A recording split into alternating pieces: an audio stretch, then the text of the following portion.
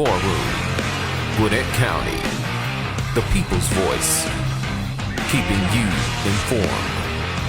War Room, Gwinnett County, the people's voice. Thank you for tuning in to War Room, Gwinnett County. I'm your host, Antonio Jones, and we're back with another episode. It's no secret that we have an exacerbation of illegal immigrants coming over our southern border. Several children are coming up missing. And today we're going to focus in on child trafficking and the use of cell phones by children. Welcome to the War Room. If this is your first time, make sure you like, share, and subscribe. We like to call this the public square for the people of Gwinnett County. This is where you can come share information and also get information. We interview candidates, and we also have other people and organizations that are on working in the community to try and help make this a better place. All right, again, so today we're going to have someone come on and talk about the child trafficking and also the use of cell phones, which can be very controversial, believe it or not, now, because it's like every kid has a cell phone.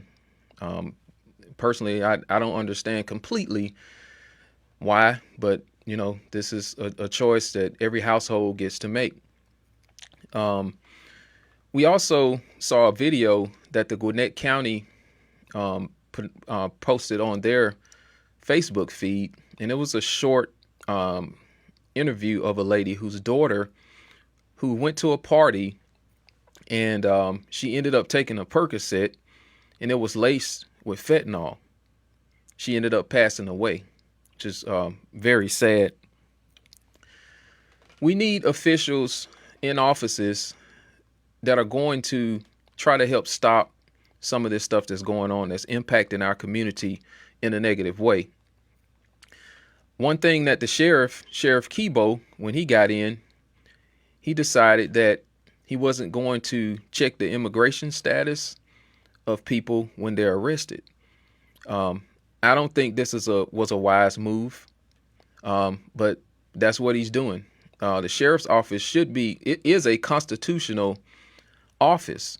So the practices of a sheriff should be to do everything in their power to follow the U.S. Constitution and the Georgia Constitution, which protects the citizens of the state. All right, so today we're going to have a special guest come on in, Mrs. Faythe of Street Grace. We want to welcome you to the War Room. So I was at a town hall over in Lilburn, Georgia, and she did an amazing presentation of the things that were going on when it comes to human trafficking. And she herself has a story that she's probably going to share a little bit of. So I just want you to open up and, let the people know who you are and tell us a little bit about your organization. Thank you for that, and thank you for having me on. So, again, my name is Faythe Kadonna, and I'm with Streetgrace. I am the subject matter expert on staff. I'm also a survivor of trafficking, addiction, domestic violence, and various things like that. I think the first thing I want to open with is that all trafficking survivors look different. We don't all look the same. We're not your stereotypical survivor or victim that you see on a lot of the TV shows that are being watched.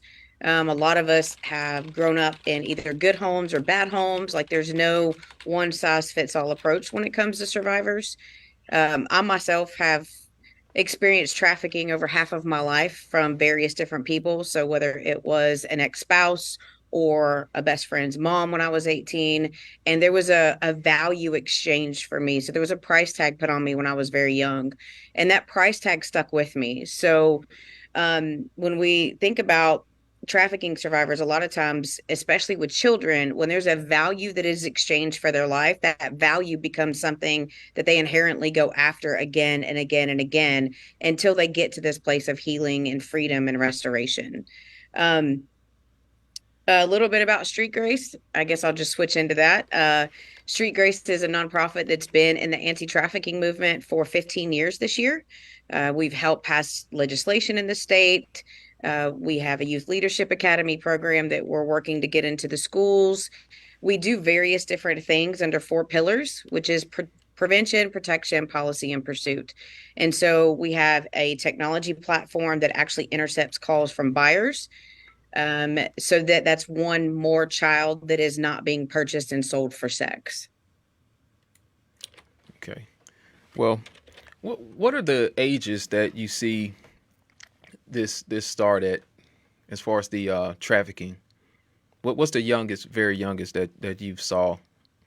That I've seen probably about 11 years old. So that I've actually physically worked with, seen, been a part of their life. She was 11 years old. It can be a lot younger than that. In 2019, 63% of rape victims were ages 19 and under, but 13% of those were ages 0 to 9. And a lot of times what happens with sexual abuse and rape is that is a vulnerability that gets added to that child's life that makes them more susceptible to traffickers and those who are exploiting to meet a love need in the child that was taken because of rape and things and sexual abuse. Okay. So do you see, is this more prevalent in single parent homes, or is it about equal in 2-parent homes So functionally? I don't know the numbers for that, to be honest, but what I have seen myself is it doesn't matter. There's no city in Georgia, no county in Georgia that has not had trafficking. It can happen to those who live in high-rise communities, million-dollar homes, and have really good lives and treat their kids really well. But the vulnerabilities come in through technology, right? So you could have a kid from that type of household, or you could have a kid from a single family household, no father around, mom's working 3 jobs to support 4 kids. And the vulnerability in that situation is that those kids want to do something to help mom out. And so I think it's, I don't want to say 50-50. I think there is some things to consider when we consider populations and stuff like that. But a lot of times, I think it's more the marginalized communities, more the ones who need assistance, more the ones who need help than it is the other ones. Okay. So, what does the trafficker particularly look like? What different types, as far as is it women? Is it is it other teenagers that can get involved in this, as far as actually trafficking the individuals? What do you see as far as from that aspect? They look like you and me, which is very hard for people to understand. They can look like a mom with 4 kids who's exploiting their child to get rent money or drug money, right? Maybe she has an addiction and she can't afford it anymore, and she's a single parent. They can be prominent white men from prominent communities, or they can be Hispanic, African American. Like, there's no race, or like a trafficker will force a 12-year-old to go out and get her friend to be trafficked as well, but tell this girl who is the initial victim, if you don't do this, I'm going to kill your mom. If you don't do this, I'm going to blow up your house. If you don't, there's always some type of violent exchange in that, where the child complies and then the child becomes a perpetrator, but is also still a victim. So I think when we think in terms of trafficking, we need to realize that there's no stereotype to it, right? It could be anyone that you come across, whatever their motivational need is to get money, power, and control. Those are the types of things that we see. And I think the other thing I need to say to that too is it is more men than women, but it can still be women that look like anything. Yeah, so women are definitely not excluded from No, that. if you think about Epstein and Maxwell, Oh right? yeah, No one would have thought Maxwell was a trafficker. No one would have put her, like yeah. high So that's the thing. It's the trusted face Yeah. that people can be taken by. Yes. Absolutely. It's definitely not the face of the boogeyman, because people would go away go away from that. Right. And kids would run away Yeah. from that too, right? So it's typically somebody that a kid trusts. It's somebody that they've met online that pretended to be somebody else. It's a parent, it's a family member, it's a coworker, right? Like it Hmm. is another kid in the school. Like there's no real answer to say, oh no, it's just this type of person. This is who you need to look out for. It is Right. not the white van pulling up at Target, or Right. it's not a zip tie on a car. It is literally somebody trying to establish a relationship with you. Right. Yeah, because you said at the town hall Yeah. that we were at that in some cases they'll start out, just saying, "Hey, you can come stay here," and then it goes from one level to the next, and then the person that wants to traffic them just kind of flips on them. Yeah. So oftentimes when kids run away from home and maybe they're gone for a couple of days, what are their basic needs? They're hungry. They need a place to sleep. They might need a place to shower. And we don't have a lot of drop-in centers for kids to just come in and out of. And what happens is somebody sees that as a vulnerability. Oh, you need a place to stay. Come stay with me for a couple of days. It'll be all right. I'll give you some food to eat. I'll take you to McDonald's. What happens is after that couple of days, that person who is the trafficker says to that child, "Oh, well, now I've given you a place to stay. Now you need to do something for me." And that child complies because when we teach our parents, I mean, when we teach our children as parents to do things, there's a reward exchange that takes place in parenting, right? So the kids understand that. So what happens with a trafficker? There's a reward exchange that takes place.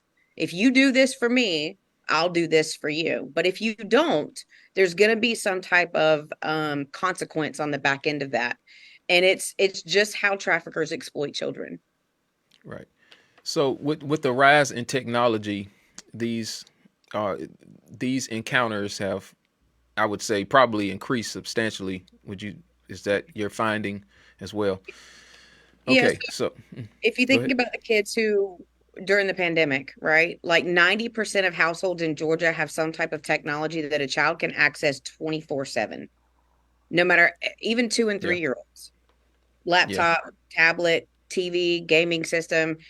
And now the kids are so accustomed to that's how they communicate that they're Yeah. constantly on their phones. Yeah. So we were planning to have on the lieutenant. Forget her name. She was there. I can't recall her name. Oh, Officer Baldwin. Yeah, yeah, Officer Baldwin to talk about. We'll save it for the next live on ways to watch your kids, stalk your kids. She said she has a class on this just for adults on Yep. how to stalk your children and make sure you know every single thing that's going on in these devices. Because I had my pastors on probably a week ago. Well, no, this past Wednesday, and they were saying that kids can got all kinds of different mechanisms on how to hide things from their parents, and we need to definitely go into that. So let's talk a little bit more about Street Grace, Okay. the organization itself, what it actually does, and how it can interface with the community and families who may have someone that's been trafficked or try to help prevent these types of things from happening. The one thing we do is we train. We have what we call CSEC, which is commercial sexual exploitation of children. So we train on that. We train on how to recognize and respond and report trafficking in your community, which is all of these trainings are open up to the community at large in any state, but especially in Georgia. The other thing that we do is we can come to a church and train parents on how to keep their kids safe in technology, right? Like what to look for, how to get in your kids' business because you need to be in it, right? Like what kind of apps are safe and not safe. So we do really talk about app safety and the apps that kids are using and how traffickers are communicating with them. We also have a technology platform called Gracie. And what Gracie does is Gracie will act like a 14-year-old Asian girl or a 12-year-old Hispanic boy or whatever the case may be, just pick an age and, you know, race. And Gracie will intercept a call from a buyer or a text message from a buyer looking to purchase a child. And Gracie will interact as if she's that age child. And once the transaction is made, then law enforcement has something to go on, right? And so, but we see this as a twofold issue. If we don't reduce the demand, right, we don't take away the demand, then we're not really stopping trafficking because the demand still exists. So with the platform, what happens is law enforcement is able to use it, but then there's a message that goes out to the buyer like, hey, by the way, you know, you've attempted to purchase sex with a minor and your information's been given to law enforcement. That's the first day. The second day is they get a link to sexual addiction resources to click because we believe redemption is possible for everyone. And so we want to be able to provide that pathway out. And we do see a good click through rate on that link.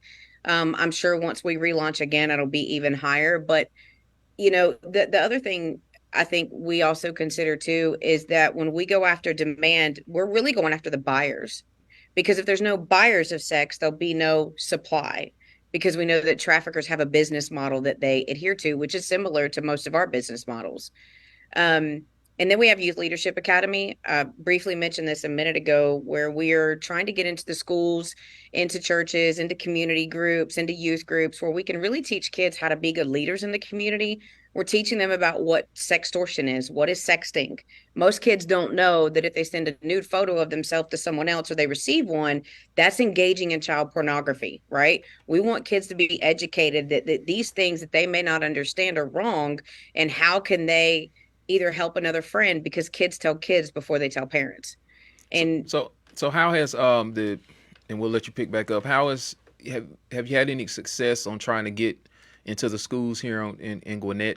And or what does that look like? Has it been a warm acceptance for you to get in so here and talk to the kids, or because Gwinnett's that a sounds like a great thing to do, because we want to protect is it means proactive. So right. you know, So I think Gwinnett's a little bit different. A lot of school systems, they have to have a certain length of time to approve.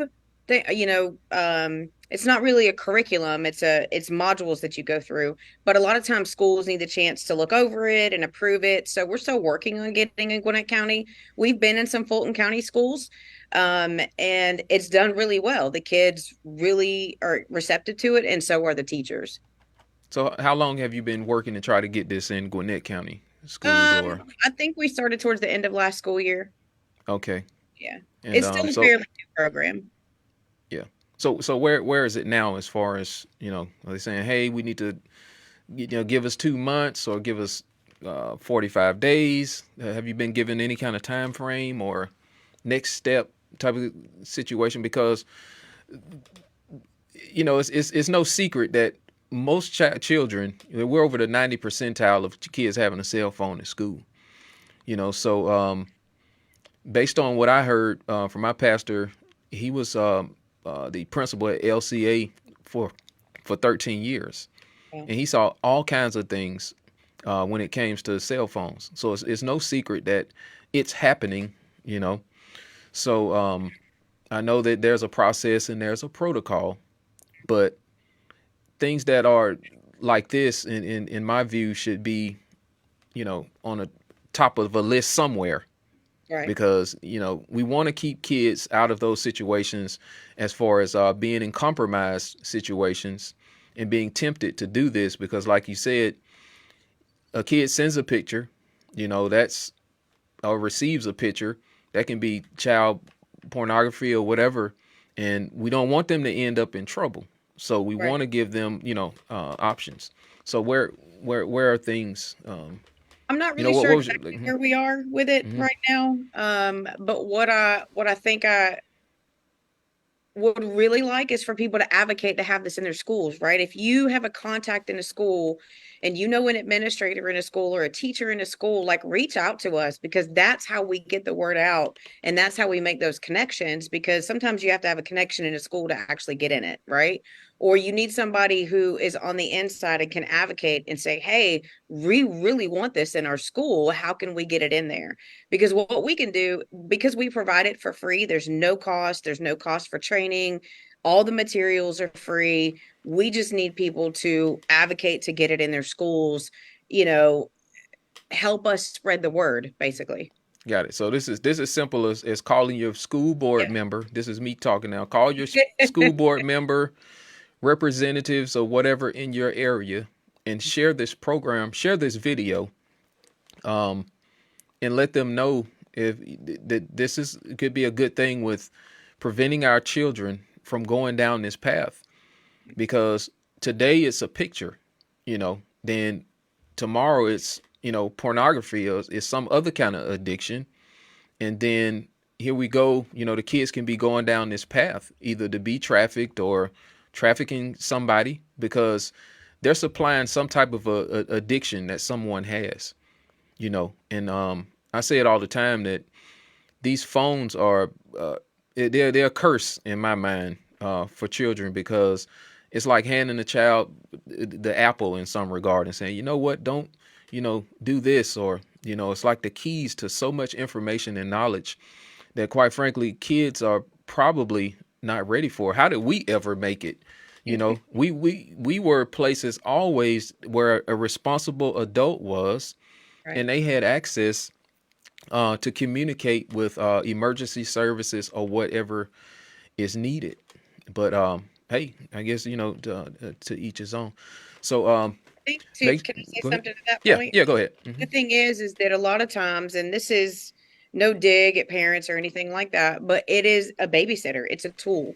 It's a tool to, especially for parents who work from home and might have their kids at home for the summer. It's here, take this and go play. But I think the one thing that a lot of parents may not realize is that you can't expect a 5-year-old to look up something on YouTube and not stumble into pornography.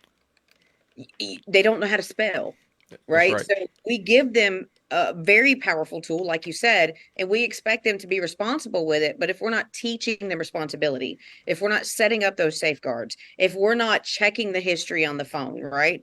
If we're not finding out the next fad on YouTube or TikTok and staying ahead of our kids with it, then we're handing them a device to walk down a very dangerous and dark path with no paddle, right? No instructions, no nothing, just here, go play. And there's no I mean, TikTok is soft porn, so there's no telling what they're seeing on there, but that they don't even know how to articulate to mom or dad because they Right. don't have the language for it yet at 5 years old and 3 years old. And even 6 and 7 years old, they're still building out that language and how to communicate. So we can't treat them like little adults when it comes to cell phones. We really need to be in their business. Right. So there was a question on here. It might have been a misunderstanding. So Jessica Nelson wanted to know, is this particular program an extracurriculum class? How does it look in the school?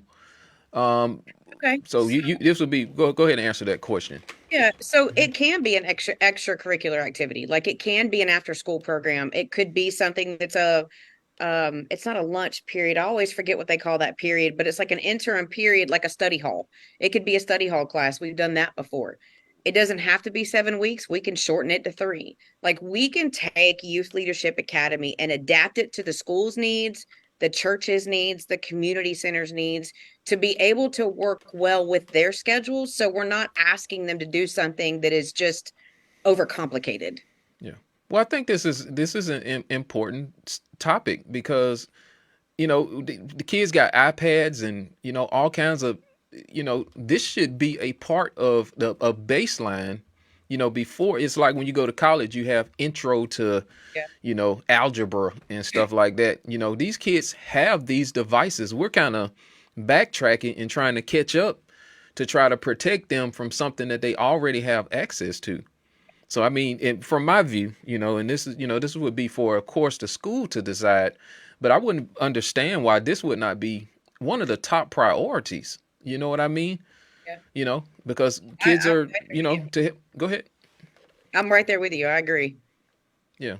So we hope that answered your question, Jessica.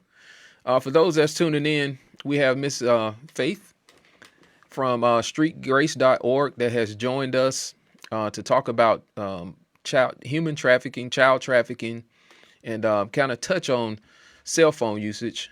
We will have Lieutenant Baldwin. We're scheduling her to come back on some ways to find out what's going on with your kid as far as cell phones and everything, because this is a window, one of the many windows into human trafficking and child trafficking, porn addiction, and all kinds of things.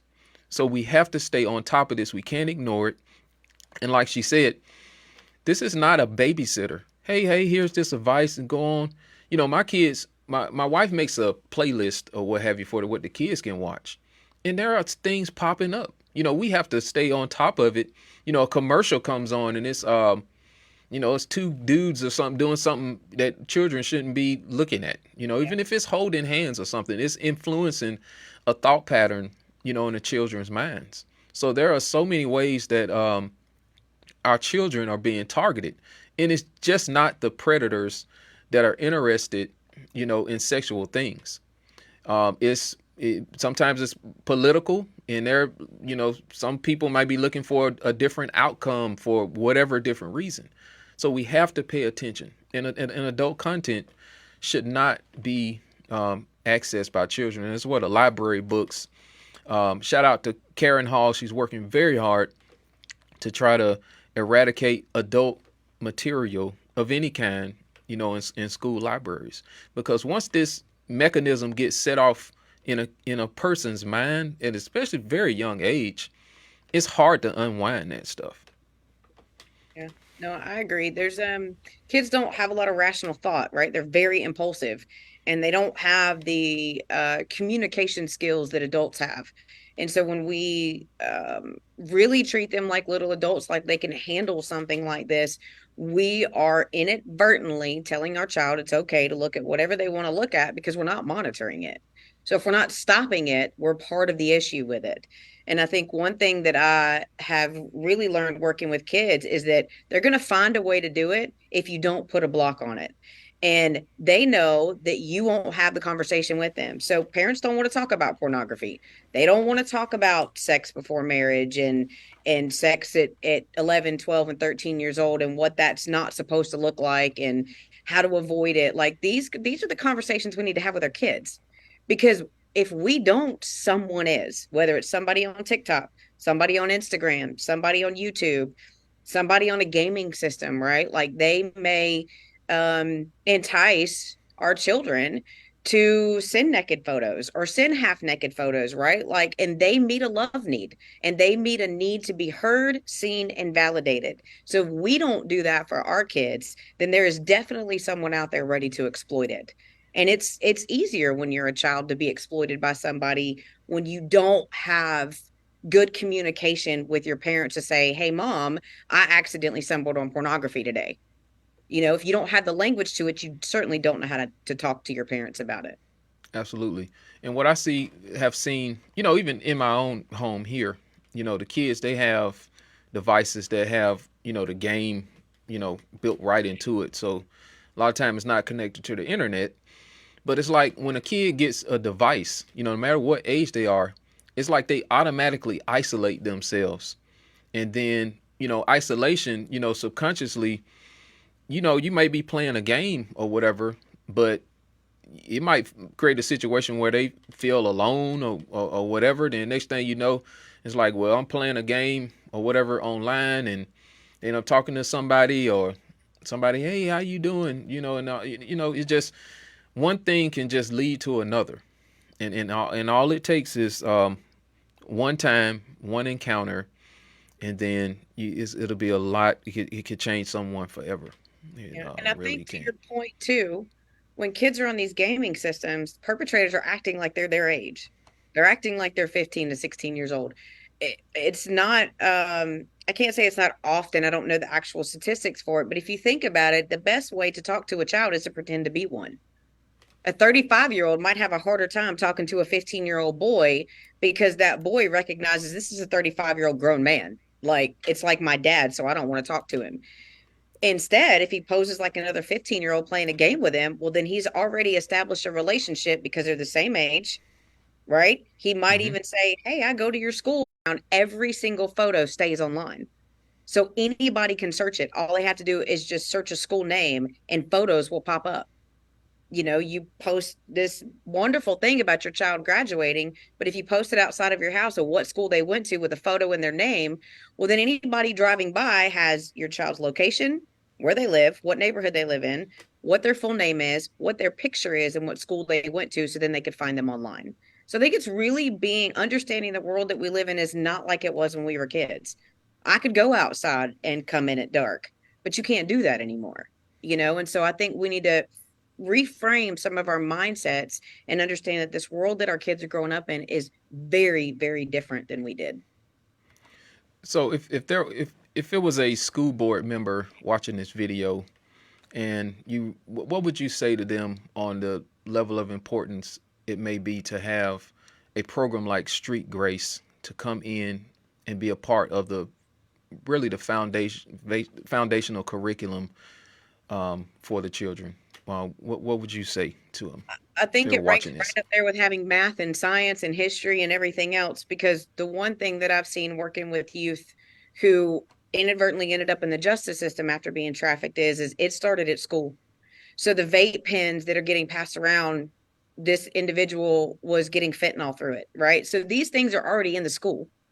The kids are already watching pornography. They're already sexting. They're already engaging in behaviors that we don't want them to.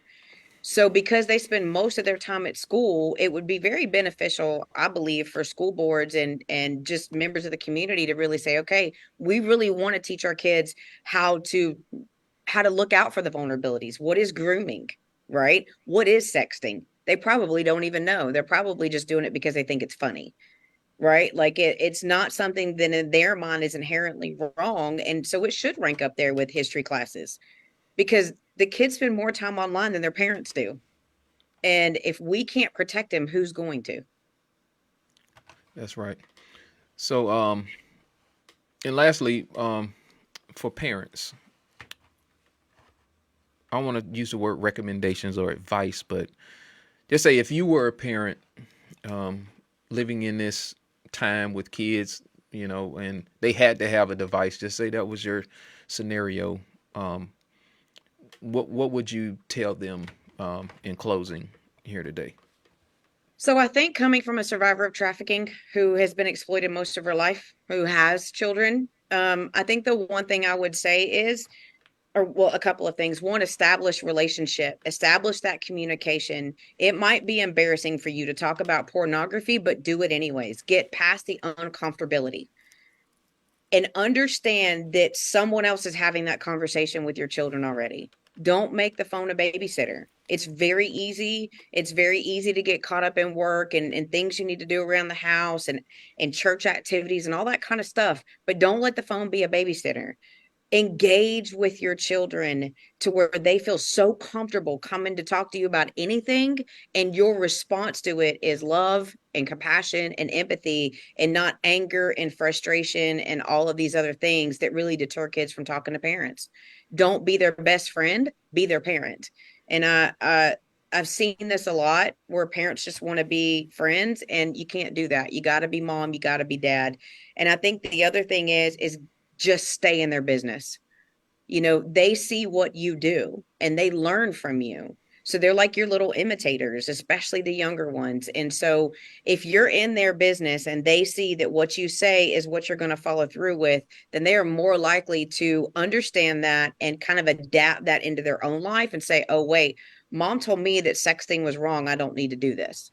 Or mom told me if I ever saw pornography on accident to come talk to me. And dad said it was okay to talk about sex. So I think if we start having those conversations and just really being intentional with our children, we could change the course of a lot of the things that are happening right now. Right.